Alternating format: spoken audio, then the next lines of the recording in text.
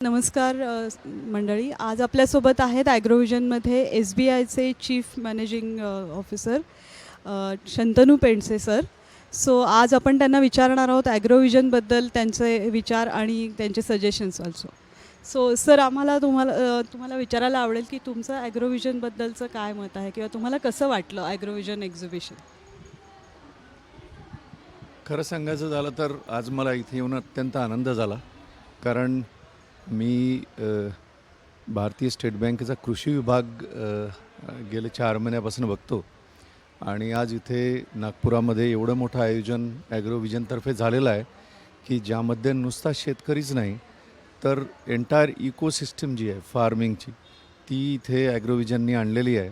आणि नवीन तंत्रज्ञान, शेतीच्या आधुनिक पद्धती आणि जेवढे नवीन नवीन उपक्रम शेती आणि शेती आधारित उद्योगांमध्ये येत आहेत, याशिवाय सरकारच्या नानाविध योजना, नवीन तंत्रज्ञान आणि आज गडकरी साहेबांनी आणि शिवराज चव्हाण साहेबांनी याचं उद्घाटन केलं. एवढा भव्य दिव्य म्हणजे शेतकऱ्यांचा समुदाय इथे होता.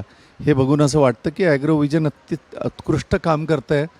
आणि मला असं सजेस्ट करायचं की ॲग्रोव्हिजन हे आज 13वं वर्ष होतं मला वाटतं नागपुरामध्ये.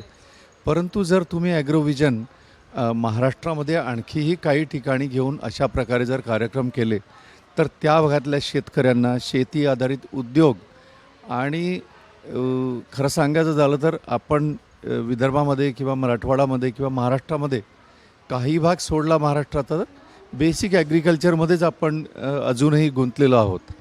परंतु शेतीच्या अनेक नानाविध पद्धती, जेणेकरून शेतीचं उत्पादन वाढावं, उत्पादनाची किंमत कमी व्हावी आणि त्याचं मार्केटिंग व्हावं, शेतकऱ्यांचं नेटवर्किंग व्हावं. आणि आम्ही म्हणतो त्याला कलेक्टिव्स, म्हणजे farmer producing companies, farmer producing organisations, यांचं एक मोठं जाळं आपण मिळू शकलो तर ज्याला आपण म्हणतो फार्म टू टेबल, या सगळ्या याच्यात शेतकऱ्याला जे सगळ्यात कमी मार्जिन मिळतं आणि ते मार्जिन पास ऑन होतं ते शेतकऱ्यापर्यंतच ठेवण्याचा आपण एक प्रयत्न करू शकू किंवा शेतकरी आपलं उत्पन्न वाढवण्यामध्ये यशस्वी होईल असं माझं मत आहे. धन्यवाद सर.